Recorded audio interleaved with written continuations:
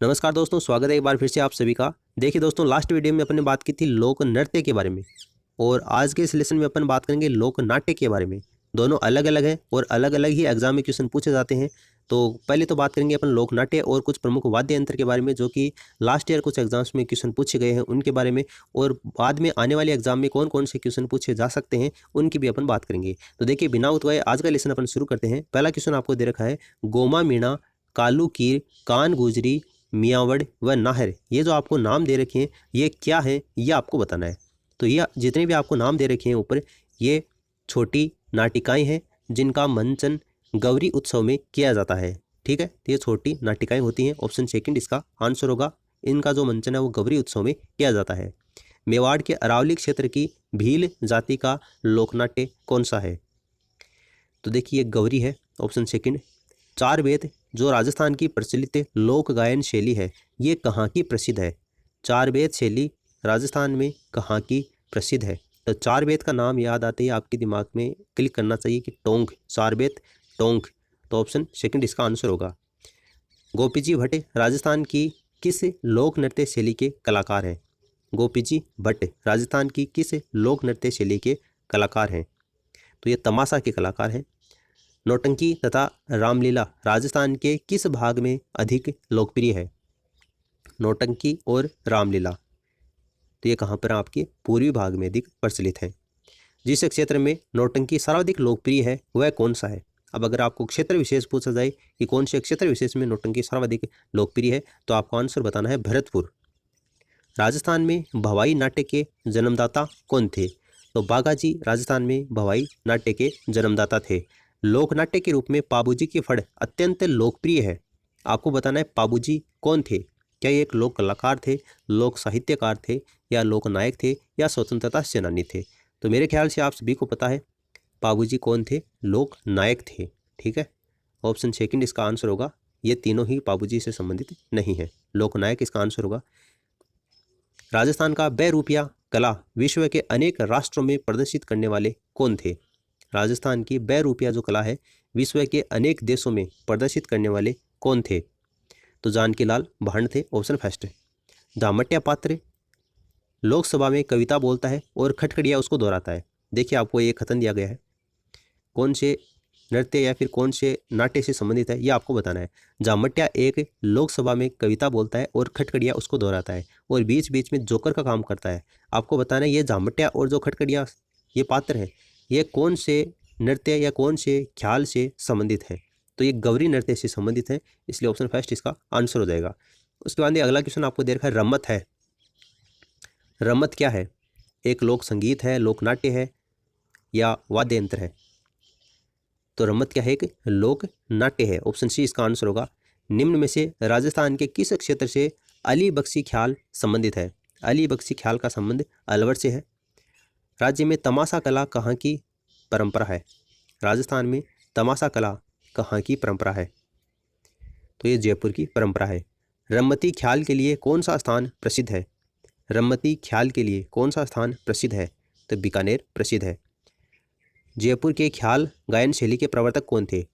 जयपुर के ख्याल गायन शैली के प्रवर्तक कौन थे? तो कौन थे? मनरंग खां थे, ऑप्शन सेकंड। तुर्रा कलंगी ख्याल में तुर्रा एवं कलंगी को क्रमशः किसका प्रतीक माना जाता है? यानी कि पहले तो तुर्रा का बताना है, उसके बाद में कलंगी का प्रतीक बताना है आपको। इनको किसका प्रतीक माना जाता है? देखिए, तुर्रा तो शिव जी का और कलंगी है उसको पार्वती का प्रतीक माना जाता है। तो ऑप्शन सेकंड इसका आंसर हो जाएगा। शाह अली एवं तुकनगीर नामक संतों के द्वारा रचित ख्याल कौन सी है? तो तुर्रा कलंगी की ख्याल है इन संतों के द्वारा।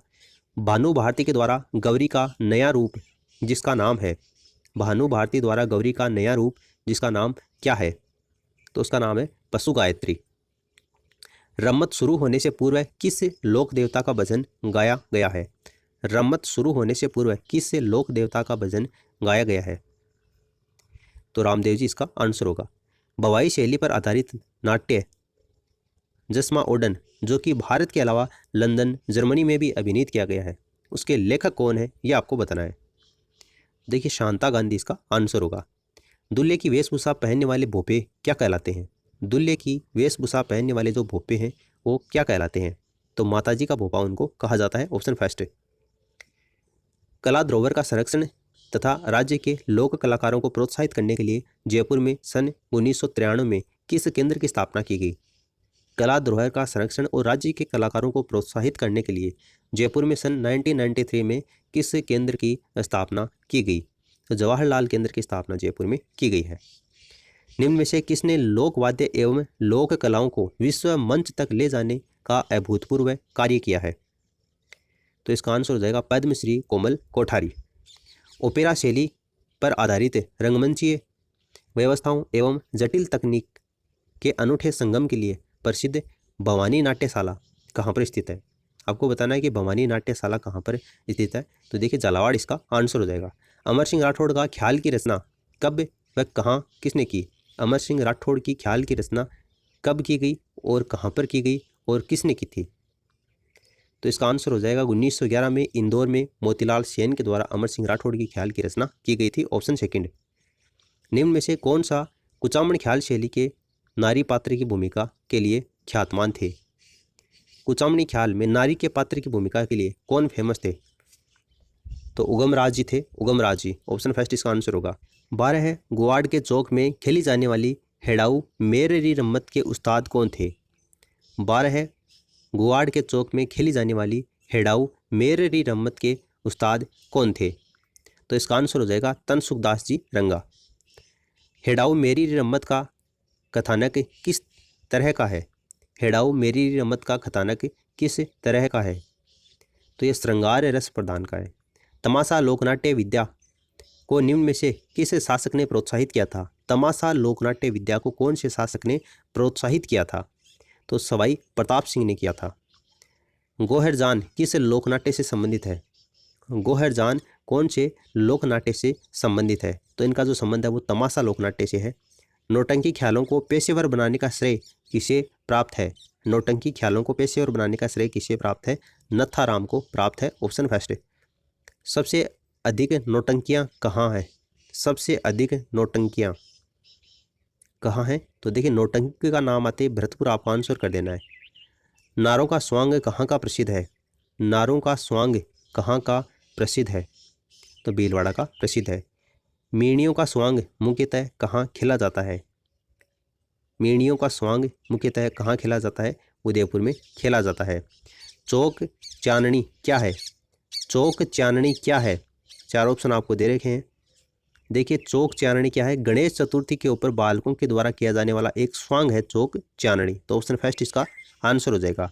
भारतीय कठपुतली कला को विश्व मंच पर प्रतिष्ठा दिलाने का श्रेय किसे दिया जाता है? भारतीय कठपुतली कला को विश्व मंच के ऊपर प्रतिष्ठा दिलाने का श्रेय किसे दिया जाता है? तो देवीलाल सामर को दिया जाता है। चौकड़िया क्या है? चौकड़िया क्या है? चौकड़िया क्या है? हाड़ौती क्षेत्र में प्रचलित लोक नाट्य है। ऑप्शन सेकंड इसका आंसर होगा। किस फड़ का वाचन नहीं किया जाता, केवल पूजा की जाती है?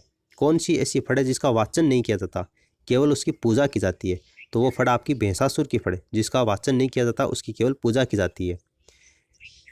देखिए अगला क्वेश्चन आपको दे रखा है। मुहर्रम के अवसर पर प्रयोग में लिया जाने वाला प्रसिद्ध वाद्य यंत्र कौन सा है? मुहर्रम के अवसर पर प्रयोग में लिया जाने वाला प्रसिद्ध वाद्य यंत्र कौन सा है? तो देखिए कौन सा वाद्य यंत्र प्रयोग में लेते हैं? ताशा वाद्य यंत्र प्रयोग में लेते हैं मुहर्रम के अवसर पर। रावण हत्ता क्या है? रावण हत्ता क्या है? तो ये एक वाद्य यंत्र है। तार से निर्मित वाद्य यंत्र कौन सा है? तार से निर्मित वाद्य यंत्र इनमें से कौन सा है? तो रावण हत्ता तार से बनाया जाता है। राजस्थान में भाट जाति के मुख्य कार्य हैं। राजस्थान में भाट जाति के मुख्य कार्य क्या हैं? तो विभिन्न परिवारों की वंशावली का अभिलेख रखना, यह भाट जाति के कार्य हैं। ऑप्शन फर्स्ट इसका आंसर होगा। राजस्थान में लोक वाद्य यंत्रों के विषय में कौन सा कथन सही नहीं है? राजस्थान के लोक वाद्य यंत्रों के विषय में कौन सा कथन सही नहीं है? तो देखिए फूंक वाद्य यंत्र, बांकियां एवं करना को मांगलिक अवसरों पर नहीं बजाया जाता है, ये इसका आंसर होगा। निम्नलिखित में से कौन सा तत्व वाद्य नहीं है? कौन सा तत्व वाद्य नहीं है? तो देखिए अलगोजा है वो तत्व वाद्य यंत्र नहीं है, बल्कि ये फूंक मारकर बजाया जाता है। इस तरीके से दो बांसुरी सी इसमें होती हैं और यहाँ पर आपका बजाने का होता है इस तरीके से, ठीक है। तो अलगोजा इसका आंसर हो जाएगा। कौन सा तत्व वाद्य नहीं है? कौन सा तत्व वाद्य नहीं है? तो देखिए सतारा इसका आंसर हो जाएगा। मुंह से बजाया जाने वाला वाद्य यंत्र कौन सा है? तो अभी मैंने आपको बताया था, फूंक मारकर मुंह से बजाया जाने वाला वाद्य यंत्र कौन सा है आपका? अलगोजा इसका आंसर हो जाएगा। तार लगा वाद्य यंत्र है, तार लगा वाद्य यंत्र इनमें से कौन सा है? जंतर वाद्य यंत्र है वो तार लगा होता है इसमें। मंदिरों और राजाओं के महल के मुख्य द्वार के ऊपर बजाए जाने वाले वाद्य यंत्र का नाम क्या होता है? मंदिरों और राजाओं के महलों के जो मुख्य द्वार होता है उसके ऊपर आपने मूवी में देखा होगा कौन सा वाद्य यंत्र वो प्रयोग में लेते हैं? नौबत नाम का वाद्य यंत्र वो प्रयोग में लेते हैं। राजस्थान के प्रसिद्ध पखावज वादक हैं, राजस्थान के प्रसिद्ध पखावज वादक कौन है? पंडित पुरुषोत्तम दास हैं। कामायचा के बारे में निम्नलिखित में से कौन सा कथन असत्य है? असत्य कौन सा कथन है कामायचा के बारे में? देखिए यह एक तत्वाद्य यंत्र है, बिल्कुल तत् है, ये सुशील नहीं है। इसमें 27 तार प्रयोग होते हैं, ये भी आपको सही दे रखा है।